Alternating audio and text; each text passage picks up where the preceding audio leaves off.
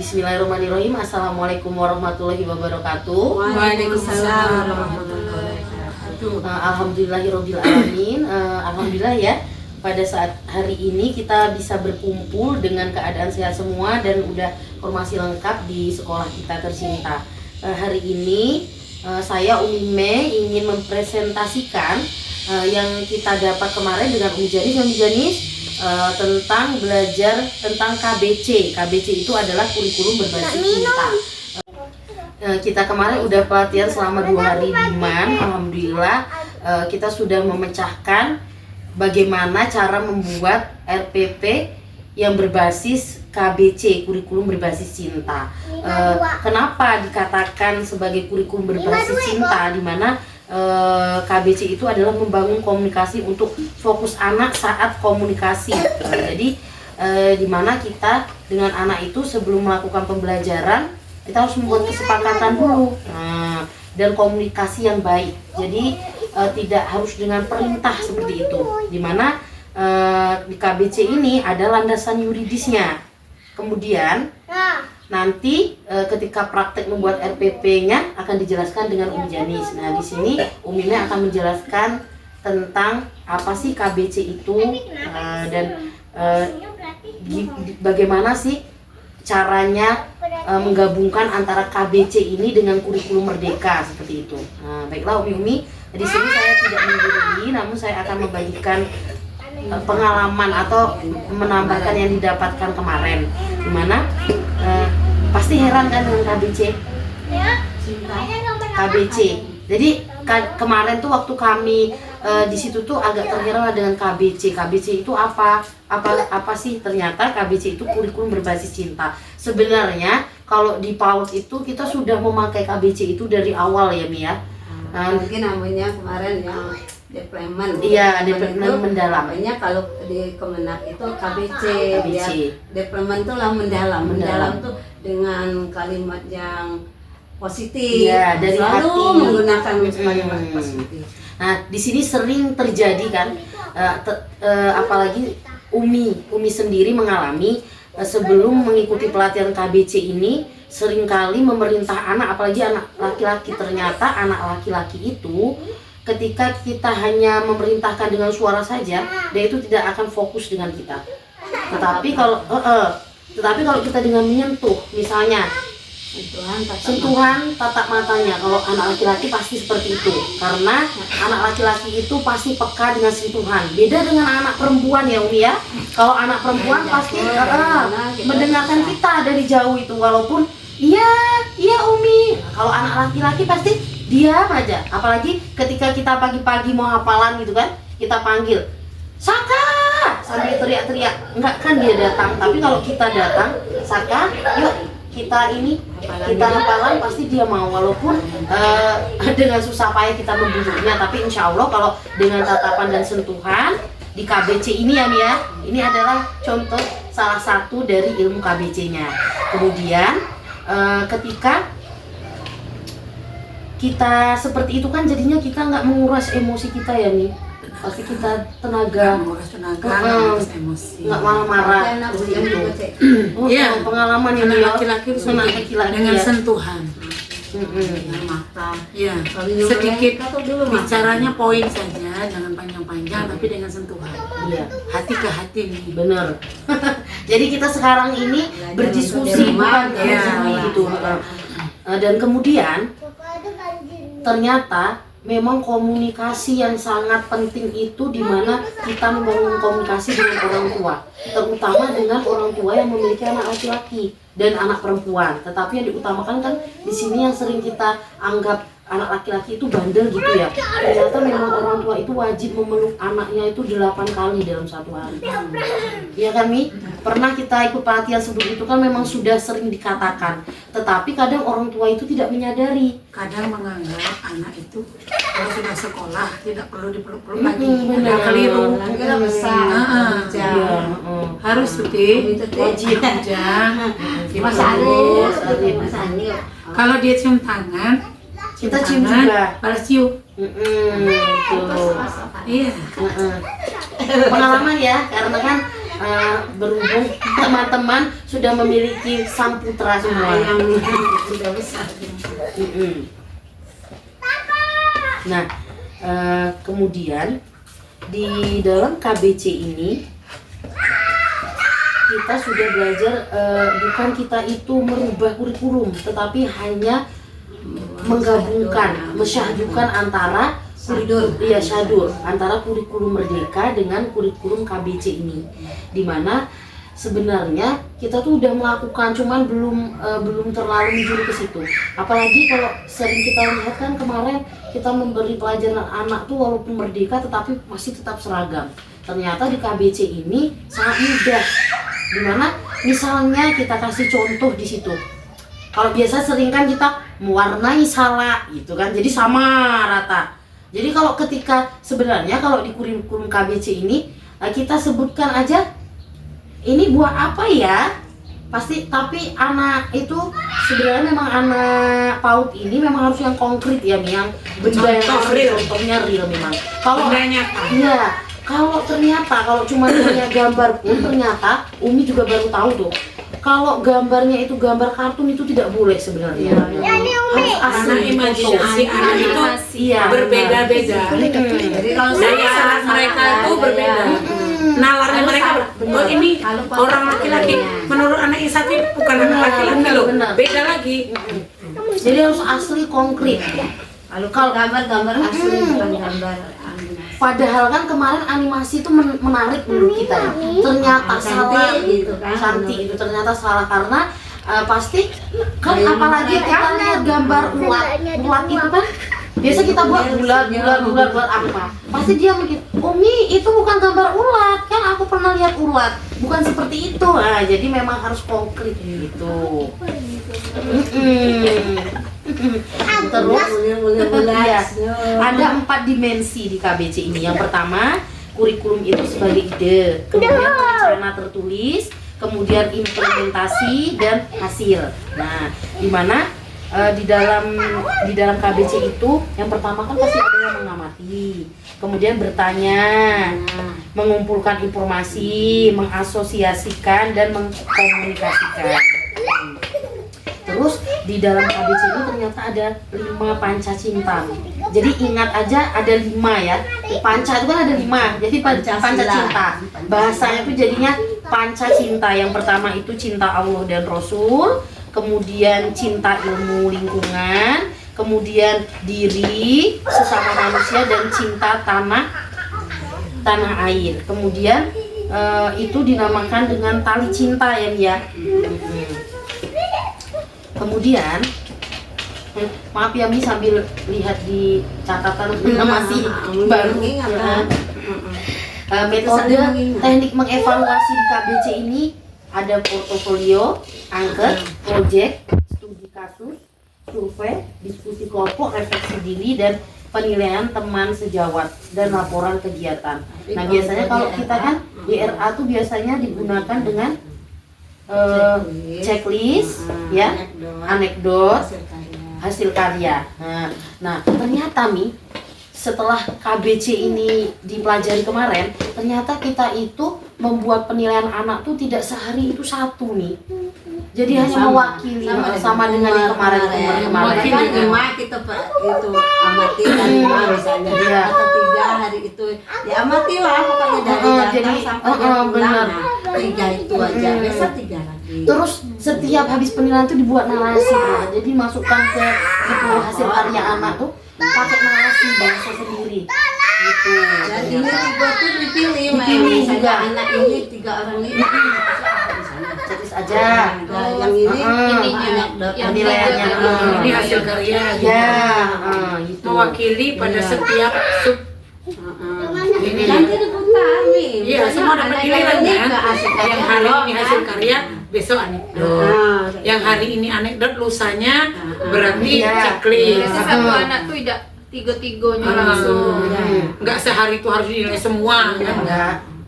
Nah, kalau di itu apa namanya KBC ini tetap sama juga untuk aspek perkembangan anak itu yang mau dikembangkan yang kita ambil itu ya tetap moral agama, budi pekerti kan, kemudian masih kognitif, bahasa, sosial, seni. Cuman kan kalau di sekarang bahasanya udah ke CP ya. Kalau jadikan CP-nya itu kan 6, jati diri, literasi dan STEM.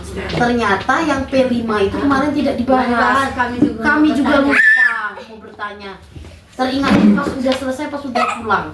Tapi mungkin memang kayaknya nggak dipakai lagi ya Mia. Kayaknya kalau menurut asumsi Kalau berarti nggak dibahas, berarti memang sudah dilebur ke masing-masing bukan kayaknya ya Mia. masing-masing perkembangan di tadi. apa namanya profil pelajar Pancasila itu kan kita kan menekankan ke ini kebudayaan kan Ya. Pokoknya kita sekarang fokuskan kalau mengambil tema itu kita pilih PC-nya. Ada panca cinta tadi yang pertama cinta Allah dan Rasul, ilmu, lingkungan dan diri sendiri, sesama dan tanah air. Itu jadi patokan kita. Ternyata lebih simple nih ngambilnya nih, dipadukan. Nanti Umi Janis yang akan menjelaskan cara mengambil yang apa nih materinya dari CP-nya, TP-nya, IKTP-nya. Alhamdulillah kita udah nggak aneh lagi karena kita sudah ikut pelatihan sebelumnya. Nah, begitulah penjelasannya ya Mia. Nanti setelah ini ada lagi juga durasi iya durasi nanti kita potong. Nah, konsep huruf itu kita masih memasukkan di sini itu ada 3, yaitu pra membaca, pra menulis dan berpikir logis. Nanti karena itu untuk mempersingkat waktu, kalau misalnya ada yang ditanyakan boleh ditanyakan kembali. Baiklah, itu saja penalaran sedikit tentang KBC. Semoga Umi bisa memahami perlahan. Nanti kita belajar juga sama-sama, kita baca sama-sama modulnya. Terima kasih. Wassalamualaikum warahmatullahi wabarakatuh. Waalaikumsalam. Ya, langsung aja ya bagian kedua ini. Ayo, yang hari. Baik ya, hari kedua itu sebenarnya ada lagi penjelasan tadi sudah dijelaskan mungkin dari Umi Mai. Ada untuk pengembangan ya. Pengembangan kalau dulu CP itu bisa diambil CP Kumar itu 6 nilai agama dan moral dipekerti, jati diri, dasar literasi dan STEM ya. Dulu ada juga profil ya tapi tidak dimasukkan. Nah, untuk K13 diambil juga. Sebenarnya ini mengambilnya kemana gitu ya, kan ada nilai pengembangannya, nilai agama, kognitif, fisik motorik, bahasa Indonesia, sosial, seni kan. Nah itu ternyata untuk 6 kan kita bisa ngambilnya nanti ya teman-temannya, nanti kalau baru ngambil ke nilai agama kan gitu ya, jati diri, kognitif dengan ini fisik motorik nanti ya untuk jelasnya ya, dasar-dasar literasi ya. Langsung aja Umi ke ininya, poinnya kan. Itu ada pemetaan dan pengorganisasian CP, capaian pembelajaran. Untuk pengembangan KBC itu saduran antara KBC dengan Kumar. Kolaborasi ya. Kolaborasi gitu. Nah, untuk elemennya kan itu kalau untuk pengembangan PC-nya itu ada elemen topik cinta. Topik cinta tadi ada 5 panca cinta ya. TP, ATP, IKTP, nanti turunannya sampai ke asesmen. Gitu. Kemudian dari ini nanti bisa dibuat tabel gitu ya. Dibuat tabel kalau kita mengembangkan ini nanti baru penyusunannya. Nanti kita ambil elemennya dari mana, misalnya untuk 6 ya. Untuk nilai agama dan budi pekerti kita centeng ini nanti ada kolomnya nomor 1 kan pancaan cinta tadi. Nomor 1 contohnya misalnya ya, pilih contohnya kalau nilai budi pekerti, nilai agama dan budi pekerti kita contoh nomor 1 kan, karena dia cinta Allah ya. Tadi itu juga nanti mungkin kita fisik motorik itu kita contohnya. Kemudian baru kita TP atau ya tujuan pembelajaran itu pemilihannya bulan Umi ini ya, nanti ini kan dulu kita bagi. Apa untuk TP-nya tuh kan ada dari Kumar, memang sudah ada dari KBC, nah ya digabung berdua gitu. Tinggal kita pilih aja mau yang mana. Jadi nggak sama kita sekolah kita dengan orang lain.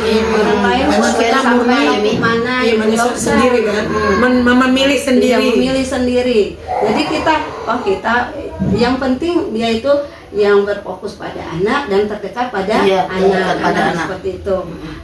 Kalau misalnya kita mau mengangkat seperti diri sendiri itu kan udah sering semua ya. Nah, berarti kita misalnya memilih dari diri sendiri ini kita kembangkan dengan pemikiran kita ya. Apa namanya diriku ciptaan Allah yang terbagi dua, itu anak laki-laki dan soleh, anak laki soleh dan soleh, anak perempuan yang soleh. Nanti bisa nanti ini untuk tujuan gitu ya. Nanti mungkin kita sama-sama nanti ya ini kemarin kita mencoba semua ya kepala sekolah juga ya kita karena berempat ya kita berempat nanti kita mencoba untuk mengembangkan. Kemudian untuk ATP ya, ATP itu menumbuhkan pemahaman mengenal sifat Allah tadi kan. Nah, jadi kita untuk ATP misalnya tadi kita ambil dari pengembangan nilai agama dan budi pekerti, maka kita mengambil tujuannya misalnya tadi tujuan pembelajarannya anak dapat, nah itu ya contohnya nanti anak dapat mengenal sifat Allah gitu. Di karena redaksi kita sendiri walaupun di ininya nggak lihat kan karena mau ini ya kita lihat sendiri nanti kita coba di sini coba Mi, ayo Mi maju sini Mi, kita lihat aja ya ini ya.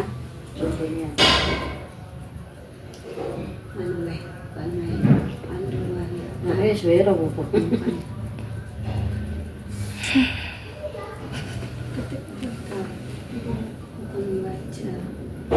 Padang belum masuk. Mi, mati ini sih jadi. Pokoknya kolomnya insya Allah gini ya nanti nih. Nah itu ya kan misalnya kita ambil jati diri. TC-nya, TC itu tujuan cinta, tadi ya. Topik cinta. Cinta lingkungan. Kemudian TP-nya tujuan pembelajarannya mengenal tanaman ciptaan Allah. ATP-nya anak mengenal cara merawat bunga mawar. Spesifik kita dekat dengan anak gitu yang ada. Misalnya yang kita kan ada bunga mawar kita bisa atau bougainville yang boleh kita gitu ya. Kemudian IKTP itu indikator apa namanya? Indikator kompetensi capaian tujuan pembelajaran. Anak dapat menyebutkan sifat Allah tadi kan. Berarti anak dapat menyebutkan warnanya, dapat warnanya, jadi bisa mengacu membuatnya, nanti membuat ininya tokonya boleh sebanyak-banyak. Tapi kita nggak mungkin satu hari itu banyak kan. Berarti kita ambil dulu seperti ini, anak dapat menyebutkan bagian-bagian bunga mawar gitu ya. Dalam seminggu tuh berarti satu tema tuh bisa untuk untuk satu minggu jadi membahas khusus bunga bougainville itu gitu ya. Namanya kan kalau di sini ya namanya itu FPP. Cuman bisa untuk satu minggu. Karena kita bagiannya ini baru bagiannya nanti bisa cara menanamnya, cara merawat, warna-warnanya, jenis warna, kreasinya buat apa gitu ya. Buat tokohnya misalnya. Gitu, jualan bisa jadi kalau misalnya dia jadi itu ya. Bermain peran berarti kan? Ya, itu. Nah, bedanya dengan ATP tadi, ATP itu kan kita langsung ya. Walaupun di sini anak mengenal sifat Allah, misalnya contoh tadi dari 6 ya. Nah, anak dapat menyebut sifat Allah langsung. Menyebut. Kalau tadi mengenal yang menciptakan bunga siapa? Kalau yang apa itu bahasa Arabnya mencipta, gitu kan? Terus sebenarnya sama Cak Duyung ya. IKTP-nya sudah kita tapi langsung kalau di sini satu hari itu langsung ke asesmennya. Asesmennya itu ya kita tadi boleh milih anekdotka, checklist hasil karya. Berapa orang? Misalnya Cak anakku 15 berarti bagi seminggu bagi 6 berarti. Ya, seminggu bagi 6 berarti 3 lah ya, Pak. Ternyata biar enak. Terus untuk kolom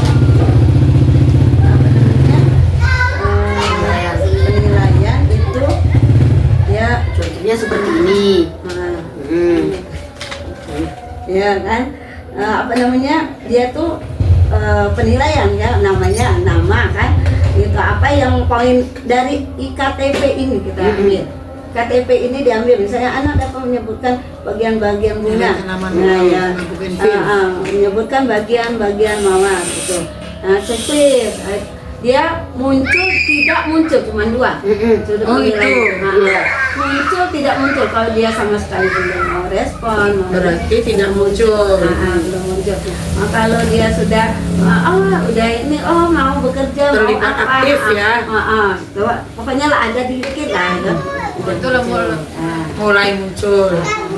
Mungkin itu ya banyak di hari kedua itu, insya Allah nanti prakteknya kita tinggal, kita guyur ya. Demikian mungkin pembakaran dari kami mengimbau kepada teman-teman semua, kepada kita semua, semoga nanti kurikulum kita yang lebih baik, insya Allah. Amin. Assalamualaikum warahmatullahi wabarakatuh. Waalaikumsalam warahmatullahi wabarakatuh. Terima kasih semuanya, semoga kedepannya semakin baik, semakin berkembang, dan anak-anak hasilnya itu kita lihat dari anak didik kita lihat. Berarti prakteknya nanti hasilnya itu kita lihat di anak didiknya. Semoga tetap semangat, belajar terus jangan berhenti. Terima kasih semuanya. Assalamualaikum warahmatullahi wabarakatuh.